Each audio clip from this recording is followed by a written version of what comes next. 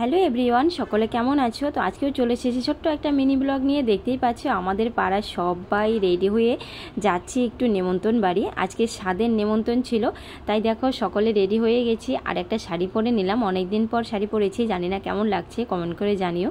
তো এদিকে মামও চলে এসেছে, মামের হাতে একটা গিফট, তো সেই নিয়ে আমরা চলে যাচ্ছি। গিফটটা প্রথমে দিয়ে নেব, তারপরে চলে যাব খাবার টেবিলে। তো এই যে আমরা যাচ্ছি কিন্তু খুঁজে পাচ্ছিলাম না। তো এই যে মামের হাতে গিফট ছিল, তো মাম দিয়ে দিচ্ছে ওর কাকিমুনির হাতে গিফট। তো তারপরে আমরা ওখান থেকে বেরিয়ে যাব, একটু কথাবার্তা বলে নিলাম, তারপর দেখো বেরিয়ে যাচ্ছি। তো খাবার দাবার আয়োজনটা আলাদা জায়গায় করেছিল, তো আমরা ওদের বাড়ি থেকে বেরিয়ে এখন চলে এসেছি খাবারের ওখানে।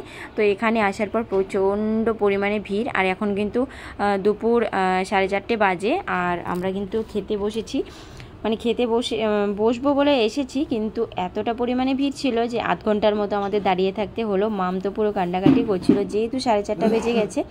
তারপর ফাইনালি আমরা টেবিল খুঁজে পেয়েছি, তারপরে বসে গেলাম। এদিকে দেখো মুগ ডাল দিয়েছে, স্যালাড আর বেগুনি আর লেবু চটকে খাওয়া দাওয়াটা শুরু করে নিলাম।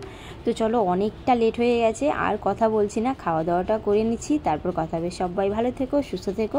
আর আজকে মিনি ব্লগটা যদি ভালো লাগে লাইক কমেন্ট অবশ্যই করে দিও। টাটা।